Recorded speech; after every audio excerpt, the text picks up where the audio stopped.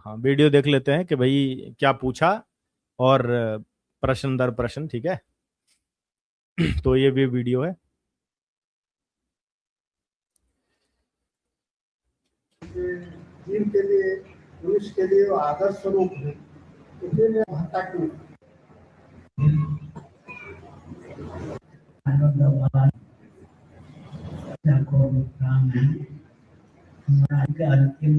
वही वर्णन से दोनों के पूर्व से हो गया और कुछ। ये अगला प्रश्न आ रहा है, ये वाला है वो, ठीक है, अभी आ जाएगा।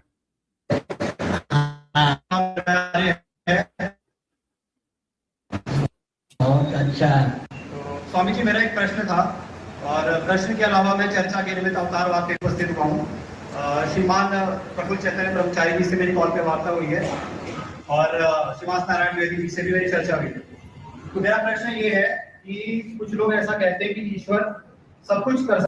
अच्छा, यहाँ पर इसने वो जो प्रफुल्ल चैतन्य जी से जो बात हुई है वो खुद ही भी कह रहा है, और वहां पर जब शिवांश जी पूछ रहे हैं कि तुमने हमारे आचार्यों का बिना अनुमति के वीडियो डाला है, तब कह रहा है क्या डाला है, क्या डाला है, और थोड़ी देर में भूल गया, मतलब इतने उसमें ही है ना।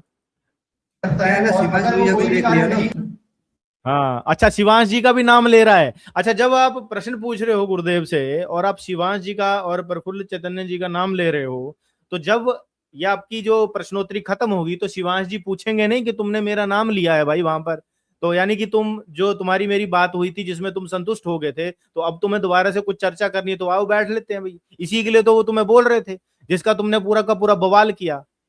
ठीक है, अब इसका प्रश्न सुनिए।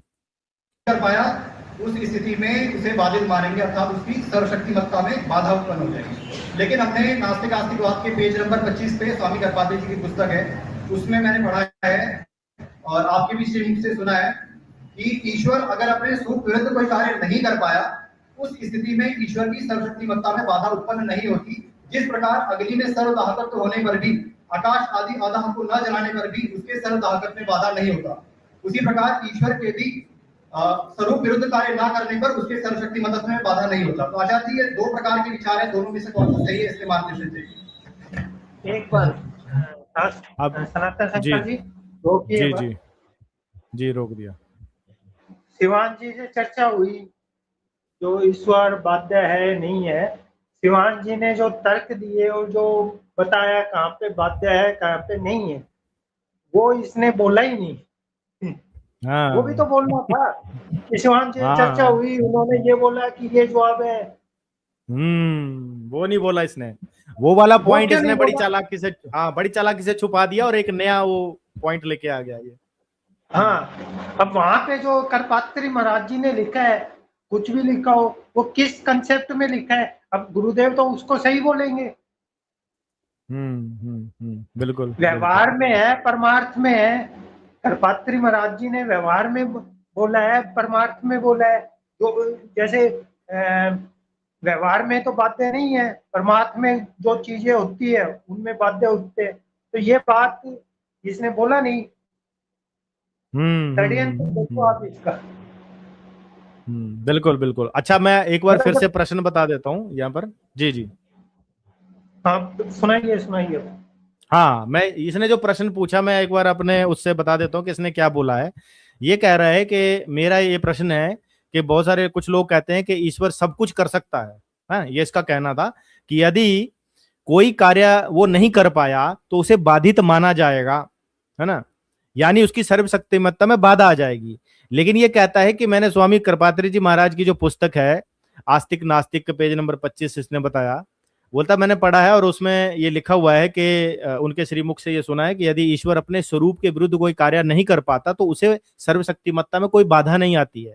ये जो है इसका प्रश्न था। फिर इसने उदाहरण भी दिया कि जैसे अग्नि जो है, अग्नि का काम होता है जलाना, पर वह आकाश को नहीं जला पाती, है ना, और तो इससे जो है उसके जो सर्व दाहक जो क्षमता है उसमें कोई कमी नहीं आती है।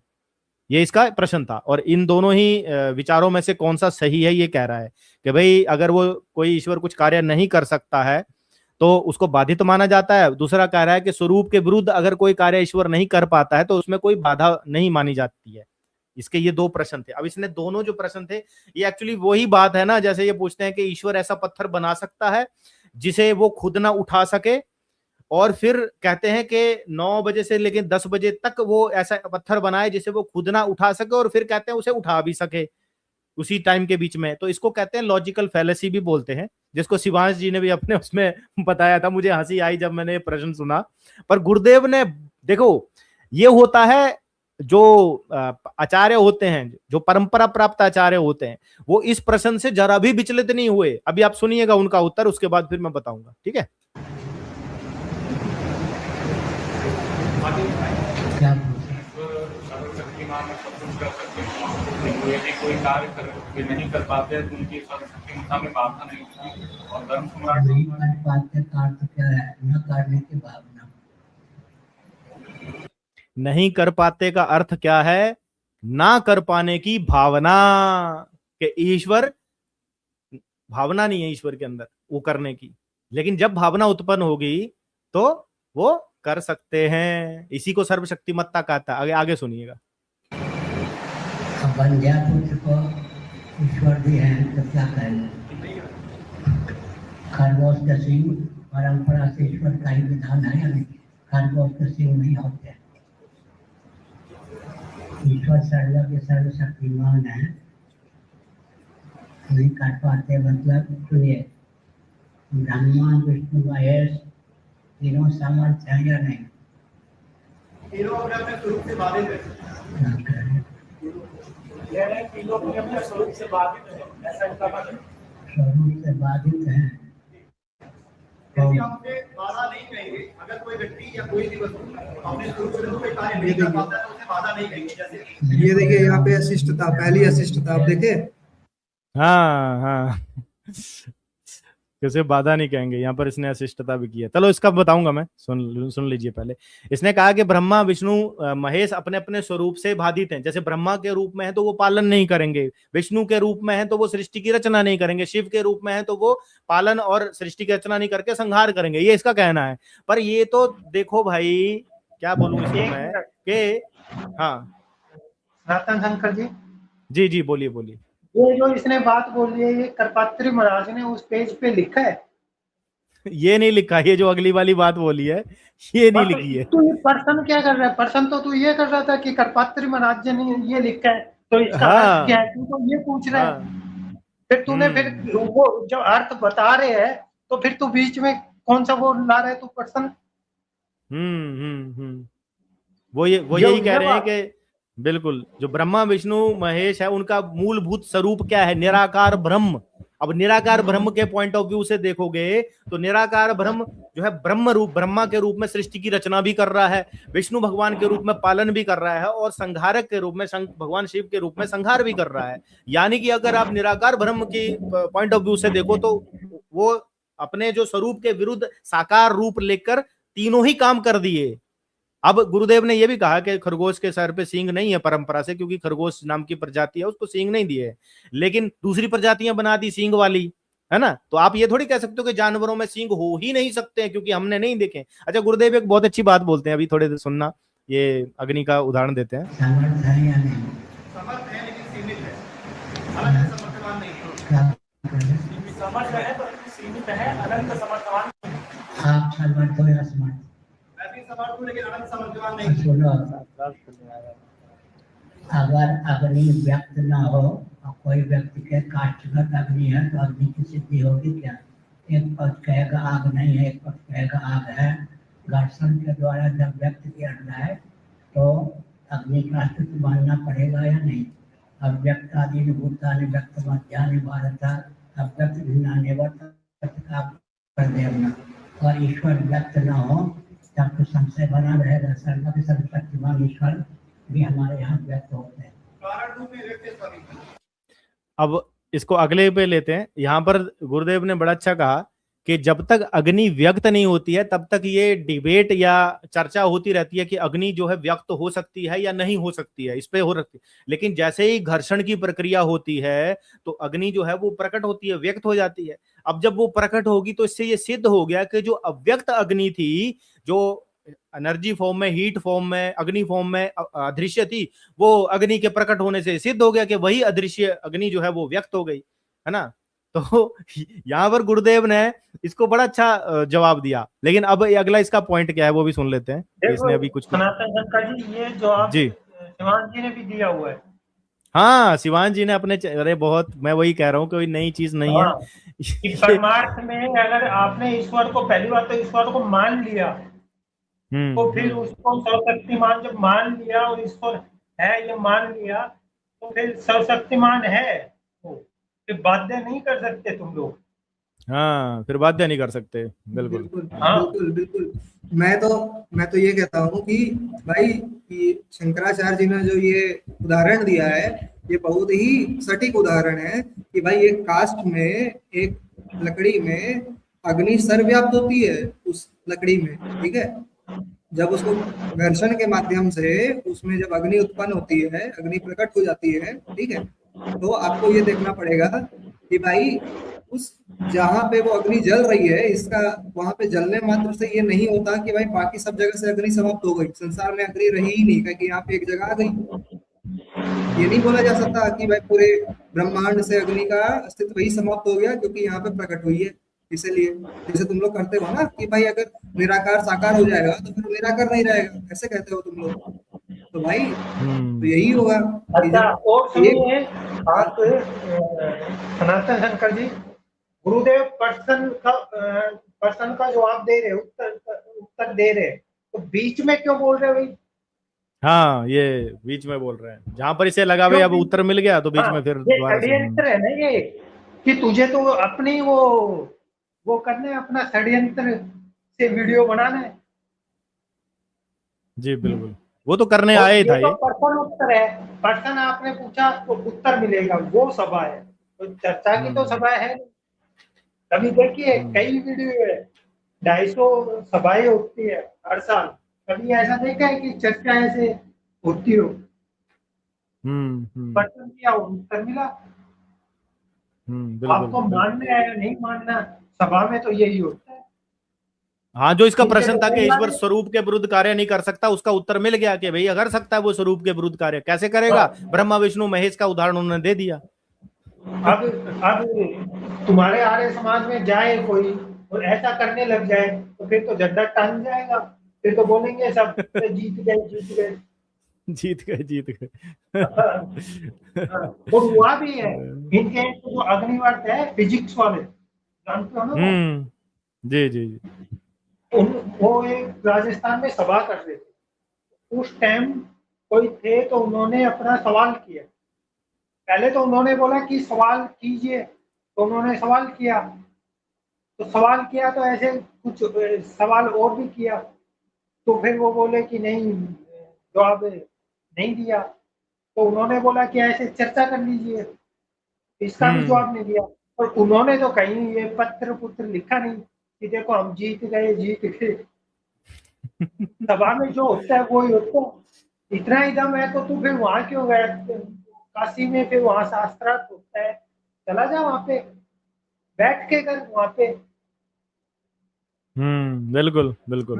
पूरे व्यवस्था के साथ करो। करपात्र धाम में जाके होता है वहां पे। हाँ, वो करपात्र धाम पे तो वो शास्त्रार्थ हर मैंने देखा हफ्ते 10 दिन में वो करते ही रहते हैं। वहां पर जाओ, बैठो उनके साथ। वो गुरुदेव जी के शिष्य ही है। हाँ, वो भी यहीं बैठे थे, इसी उसमें बैठे थे, वो भी मैंने देखा था उनका। हाँ, जाओ।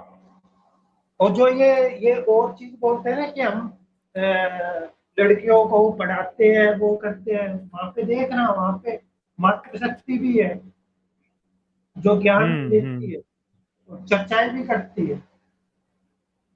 बिल्कुल बिल्कुल। करपात्र धाम उनका यूट्यूब चैनल है और वहां पर बिल्कुल मातृशक्तियां भी वहां पर जो है वो शास्त्रों को पढ़ती हैं जो उनके लिए निहित किए जाते हैं। इनका जो दुष्प्रचार है तो वहां पर प्रोपोगेंडा आपका फेल हो जाता है। जो आप कहते हो ना कि महिलाओं को पढ़ने का अधिकार नहीं देते और हमने बड़ा समाज सुधार कर दिया, वो सब झूठी और मनगढ़ंत भ्रामक बातें फैलाते हैं आर्य समाज वाले, है ना। चलो आके सुनाइए। जी जी जी। अग्नि का अस्तित्व मानना पड़ेगा या नहीं? अव्यक्तादीनि भूतानि व्यक्तमध्यानि भारत अव्यक्त भिन्नान्येव तत्काप्रदेवना।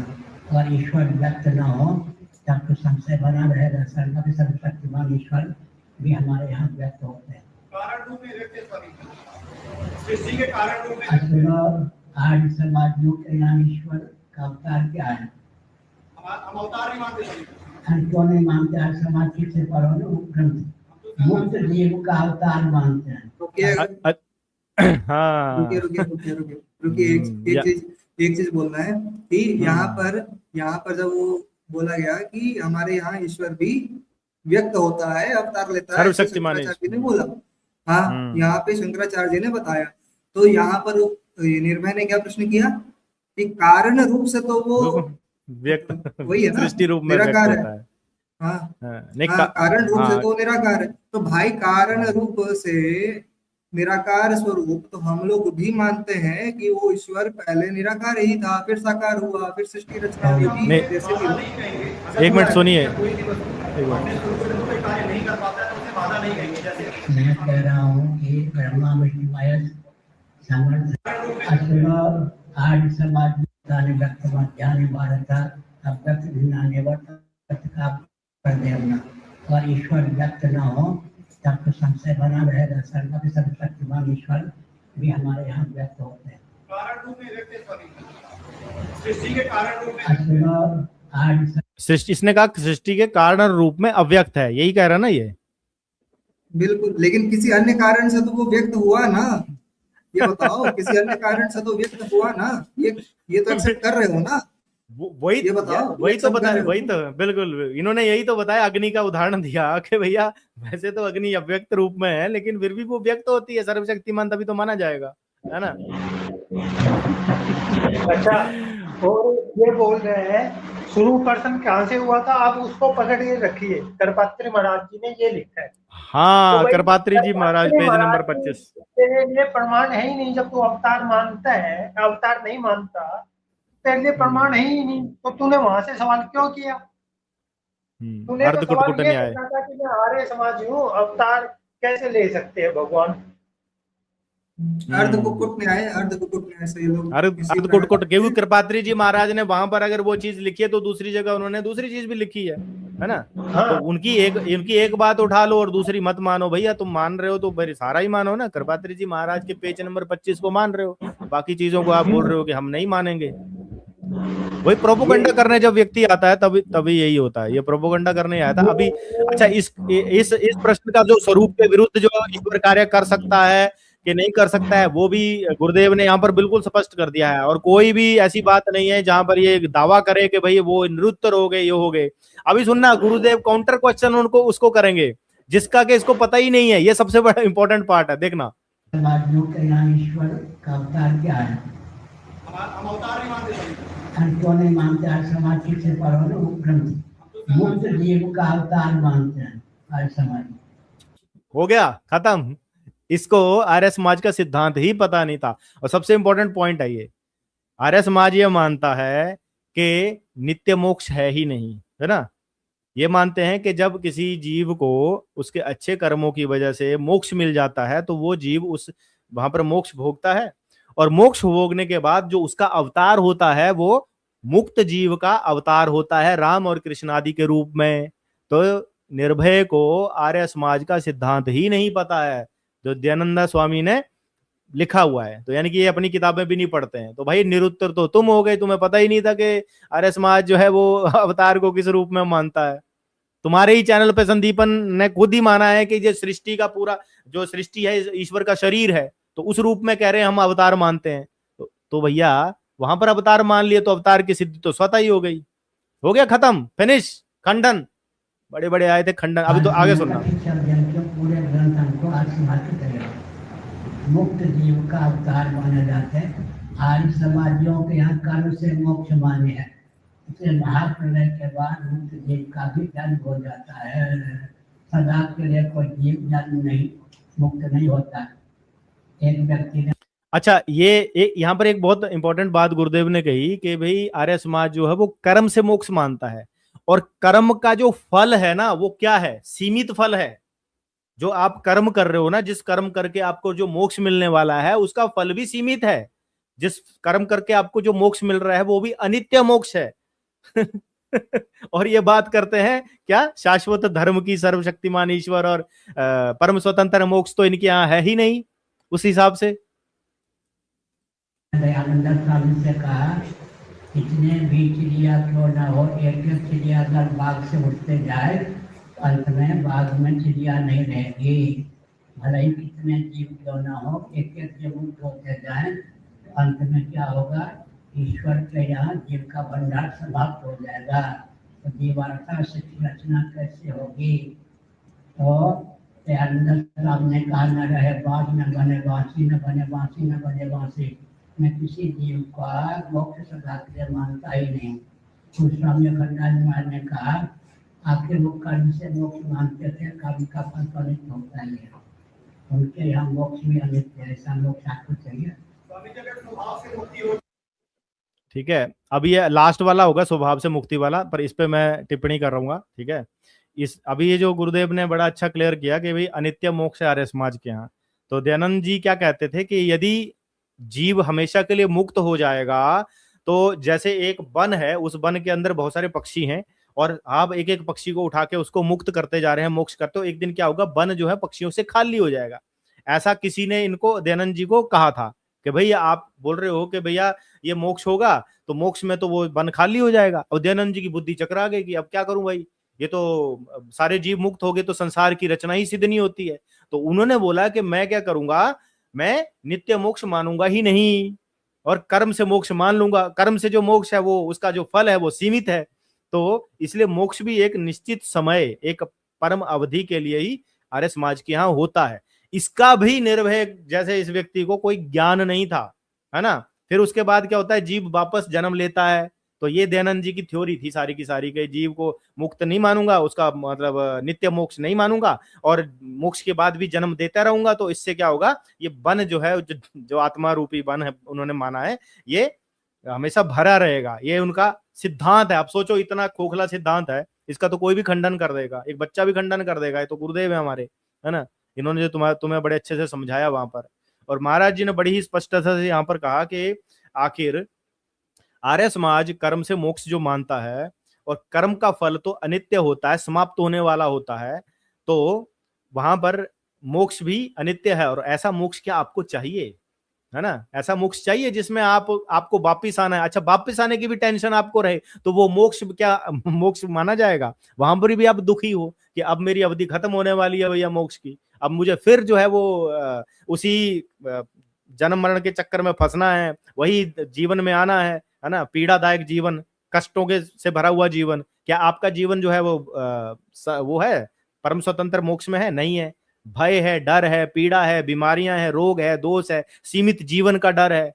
तो कहने का मतलब यही है कि यहाँ पर निरुत्तर तो यहाँ पर ये हो गया कि इसे अच्छा अपना सिद्धांत भी नहीं पता था। यहाँ पर महाराज जी ने बड़े अच्छे से समझाया गुरुदेव ने कि मोक्ष जो है वो अज्ञान की निवृत्ति होती है, ना कि दोबारा से अज्ञान में घुसना। एक बार अंधकार गया तो वह वापस नहीं आता, है ना। ईश्वर की जो जीव राशि है वो अनंत है, वो कभी समाप्त नहीं हो सकती। जैसे वन वाला उदाहरण दिया ना कि भैया वहां पर जीव खत्म हो जाएंगे, तो जीव कभी भी खत्म नहीं होते, क्योंकि ईश्वर की जो जीव की है जो पूरी व्यवस्था है ना, ये अनंत है, ये कभी खत्म नहीं होती। इसलिए आप देख रहे होंगे दुनिया में इतनी पॉपुलेशन है, इतनी वो हो रही है, लोग कह रहे हैं इतनी पॉपुलेशन है तो आत्माएं कहां से आ रही है? क्योंकि ईश्वर की जो ईश्वरीय अनंत है, अनंत से अनंत ही निकलेगा, अनंत से सीमित थोड़ी निकल जाएगा। कैसी कैसी बातें करते हैं, मतलब आर्य समाजी अपने आप को फिर ये इंटेलेक्चुअल भी मानते हैं, है ना। अब लास्ट वाला सुनना। स्वामी अखंडानंद महाराज ने कहा, आखिर वो कर्म से मोक्ष मानते थे, कर्म का फल तो अनित्य होता ही है, उनके यहाँ मोक्ष भी अनित्य है। ऐसा मोक्ष आपको चाहिए? स्वामी जी, अगर स्वभाव से मुक्ति हो जाएगी तो फिर जीव बंधन का आया ही क्यों? स्वभाव से मुक्त है ही, बंधन का विग्रह। अब इसका प्रश्न था कि स्वभाव से अगर मुक्ति हो जाएगी तो जीव बंधन में आया ही क्यों? तो गुरुदेव ने कहा कि स्वभाव से तो जीव मुक्ति है ना। सच्चित आनंद की चाहत हर जीव के अंदर है। तो वो जो अच्छा, कोई व्यक्ति, एक उदाहरण दे रहा हूं मैं, वैसे गुरुदेव ने बता दिया है, मैं कुछ भी नहीं हूं उनके आगे, लेकिन मैं अपने उस शब्दों में बता रहा हूँ, गुरुदेव ने तो उत्तर दे ही दिया है। मैं ये कह रहा हूं कि एक व्यक्ति नशे में है मान लो, ठीक है, अब नशे की व्यवस्था में हम उसे कहेंगे कि तुझे पता ही नहीं है तू कौन है, तो जितनी देर में वो नशे में है ना, उतनी देर में क्या है, वो अज्ञानवश है। इसका अर्थ ये नहीं हुआ कि जो उसका मूल स्वरूप है, जो उसका स्वभाव है, वो नशे वाला है, वो नशे वाला उसका स्वभाव नहीं है। यही गुरुदेव ने यहां पर कहा। स्वभाव से मुक्त है तो हम बंधन में क्यों हैं? अज्ञान तो हमें ईश्वर होना चाहिए। अज्ञान अज्ञानता का कारण क्या है? अरे जल्दी जल्दी बोलो, किसी प्रेम नाल अज्ञान अब गुरु जी ने यहाँ बोला, अब वो जल्दी जल्दी बोला, अरे जल्दी जल्दी बोलो तुसी प्रेम नाल। गुरु जी ने कितने अच्छे से इसको बोला, भाई जल्दी जल्दी बोल रहे हो तुसी प्रेम नाल बोलो। फिर से सुनो, जल्दी जल्दी बोल रहे हो तुसी प्रेम नाल बोलो। क्या कहा है? स्वभाव से मुक्त है तो हम बंधन में क्यों हैं? अज्ञान तो हमें ईश्वर होना चाहिए। अज्ञान अज्ञानता का कारण क्या है? अरे जल्दी जल्दी बोलो, किसी प्रेम नाल अज्ञान वश अविद्या। अच्छा, यहाँ गुरुदेव बोल रहे हैं ना अज्ञान बस, बार बार बोल रहे हैं अज्ञान बस, फिर भी बोले जा रहे हैं अरे जल्दी जल्दी बोल रहे हो तुम, तुसी प्रेम नाल बोलो, है ना, अज्ञान बस। अगर स्वभाव से जीव मुक्त है तो फिर बंधन में क्यों है? बंधन में है अज्ञान बस जी। एक और बात, ये बात किसने चालू की थी, गुरुदेव जी ने या इसने? इसी ने किया था प्रश्न। मुक्त होने वाली। हाँ हाँ, मुक्त होने वाली तो गुरुदेव ने ये बोला था कि आर्य समाज जो है अवतार कैसे मानता है, तो इसने कहा था हम अवतार नहीं मानते हैं। तो इन्होंने कहा कि भाई तुम्हें आर्य समाज का सिद्धांत ही नहीं पता। दयानंद स्वामी ने लिखा हुआ है मुक्त जीव का अवतार दयानंद जी मानते हैं, और इवन 7वें समोल्लास में जो इनकी सत्यार्थ प्रकाश है, सत्यार्थ प्रकाश के 7वें समोल्लास में जब वो यदा यदा ही धर्मस्य वाला आता है, तो वहां पर दयानंद जी लिखते हैं कि यहाँ पर कोई बुराई नहीं है अगर भगवान श्री कृष्ण जो है वो पुनः जन्म लेकर समाज सुधार या धर्म रक्षा करना चाहते हैं। तो दयानंद जी ने वहां पर मुक्त जीव यानी कि भगवान श्री कृष्ण के रूप में अवतार माना है। हो गया खत्म, अच्छा। फिनिश इनका। और ये मोक्ष वाला पार्ट इनका सबका अलग अलग है, आर्य समाजियों का। हाँ, फंसते हैं ना वहां पर फंसते हैं, वहां पर ये लोग फंसते हैं, इसीलिए ये पर्सन कर रहे हैं या यहाँ पे बहसबाजी कर रहे हैं? तभी तो गुरु अब इसको कितनी देर उत्तर दिया गुरुदेव जी ने, और कितने प्रश्नों का उत्तर दिया, लास्ट में ये कैसे बोल रहे हैं? बिल्कुल तो बिल्कुल। ये तो बीच में बात को काटना, बीच में शंकराचार्य जी की बात को बीच बीच में काटना, ये उसकी अशिष्टता ही तो दिख रही है। ठीक है, बोले जल्दी जल्दी बोल रहे, उन्होंने बोला भी है जल्दी जल्दी क्यों बोल रहे हो तुसी प्रेम नाल बोलो। इतनी हड़बड़ी क्या है भाई? शिवांश जी जैसा बनना चाह रहा है तू, तो शिवांश जी चर्चा करते हैं तो सामने बिठा के चर्चा करते हैं, ठीक है, तो सामने वाला भी बोलता हाँ चर्चा कर रहा हूँ, जब प्रश्न करते हैं। अच्छा, आपने देखिए आपने हुआ क्या है, देखिए नहीं, मैं एक चीज बता रहा हूँ, यहाँ पर क्या है ना, ये शिवांश जी की नकल कर रहा है, आज से नहीं कर रहा है। वो जब उनका वो डायलॉग आया था शिवांश जी का, कोई नहीं है क्यों पड़े हो चक्कर में, कोई नहीं है टक्कर में, वो इसने कॉपी किया। अच्छा, उनका जो डिबेट करने का जो मतलब चर्चा करने का जो उनका स्टाइल था, वो इसने कॉपी किया। अब एक और चीज इसने कॉपी की है, वो भी आपको दिख जाएगी वीडियो में, बहुत सारी चीजें कॉपी कर रहा है। एक और बात है, शिवांश जी झूठ नहीं बोलते हैं कि मैं अवतार को नहीं मानता, शंकराचार्य जी का शिष्य नहीं हूँ, ये नहीं बोलते हैं। ये तो ठोक बजा के बोलते हैं वो, ठोक बजा के बोलते हैं कि मैं आर्य समाज की नहीं हूँ, मैं ऐसे चला गया हूँ ऐसे। फिर अगला दिन दयानंद का मानने वाला हो जाते हैं, दयानंद जी का मानने वाला हो जाता है, फिर कुछ हो जाते हैं। वही अरे देखिए हुआ क्या, अरे इसने ये जो निर्भय का जब चर्चा हुआ था शिवांश भैया के साथ, उसमें ये बोलता है कि मैं आर्य समाजी नहीं हूँ, ठीक है, और कई सारे वीडियोस में भी ऐसा बोला है कि मैं आर्य समाजी नहीं हूँ। लेकिन जब अपने चैनल पे अभी जो अपलोड किया है उसने बताया कि मैं आर्य समाजी हूँ। ठीक है, मतलब दोनों बात एकदम विरोधी। एक जगह कहोगे मैं आर्य समाजी नहीं हूँ, दूसरी तरफ कहोगे मैं आर्य समाजी हूँ, ये क्या बात है बताओ? और ऊपर से ये इनकी ऐसे षड्यंत्र कर रहा है। यहाँ पे जब वो निर्भय पहुंचा है तो यहाँ पे स्टार्टिंग में ही उसने कहा है शंकराचार्य जी को कि मैं यहाँ पे चर्चा के निमित्त उपस्थित हुआ हूँ, ठीक है। वो अपना पक्ष बता रहा है कि मैं यहाँ पे चर्चा के लिए आया हूँ, जबकि ये चर्चा करने का जो बात होती है दोनों पक्ष का सहमति होना चाहिए, जो कि वो नहीं था। यहाँ पे प्रश्नोत्तरी सभा थी, उसने अपनी बात को रखा कि मैं आप चर्चा के निमित्त आया हूँ, लेकिन यहाँ प्रश्नोत्तरी सभा में तुम चर्चा के निमित्त आए हो, भाई ये क्या है। और यहाँ पे प्रश्नोत्तरी का प्रश्न का उत्तर दे रहे शंकराचार्य जी। एक भी प्रश्न मुझे दिखा दो जहाँ पे शंकराचार्य जी विचलित हुए हो या उनके पास उत्तर ना हो, दिखा दो एक भी जगह। निरुत्तर वाली जो बात है, तुम लोग कहते हो कि निरुत्तर हो गए, कहाँ पे, इसका आधार क्या है, इसका प्रमाण क्या है, दिखाओ मुझे। और एक चीज और होती है शास्त्रबाद जी, अभी कितने प्रश्न चेंज किए इसने, निर्भय ने, ठीक है। इसके प्रश्नों के जैसे जैसे उत्तर मिलते गए तो प्रश्न चेंज होते गए। अगर आपके पहले प्रश्न का उत्तर नहीं मिला तो फिर आपने वो प्रश्न भी चेंज किए बार बार, है ना। ये भी तो बात है, आप प्रश्न को चेंज कर रहे हो ना। सर्वशक्तिमत्ता में उत्तर मिल गया, फिर बोला हम अवतार नहीं मानते, उस पर उत्तर मिल गया। फिर नित्य जो तुम्हारा अनित्य मोक्ष है उस पर उत्तर मिल गया। फिर कह रहा है फिर जीव ना स्वभाव से जो है बंधन में क्यों है, तो गुरुदेव ने बोल दिया स्वभाव से बंधन में नहीं है, मूलभूत स्वभाव से वो स्वतंत्र, लेकिन अज्ञान बस अपने आप को बंधन में मान रहा है। वो भी अभी बोलेंगे। अनादि है लेकिन शांत है, तत्व ज्ञान से शांत। अब सुनो, कश्मीरी जो वेदांती है और वल्लभ संप्रदाय के व्यक्ति अनादि नहीं मानते। तो जैसे कोई भांग पीने वाला व्यक्ति स्वेच्छापूर्वक भांग पी के अपने को भुला देता है, ऐसे ही गया के जो वल्लभ संप्रदाय है, कश्मीरी वेदांती हैं, वो जीव भाव आरोपित मानते हैं, भगवान नाम बोलकर जीवन को वर्ण करते हैं। लेकिन हमारे यहाँ सदस्य मार्ग बना गया है, 6 अनादि हैं, अनादि शांत 5 होते हैं, बचता अनादि अनंत एक ही ब्रह्म तत्व है। अनादि शांत ब्रह्म सब के चरणों पर सब कहाँ। अब बताइए भैया कहाँ पर निरुत्तर हुए। मुझे तो अभी लास्ट वाला मैं कवर करता हूँ, उन्होंने क्या कहा, ठीक है।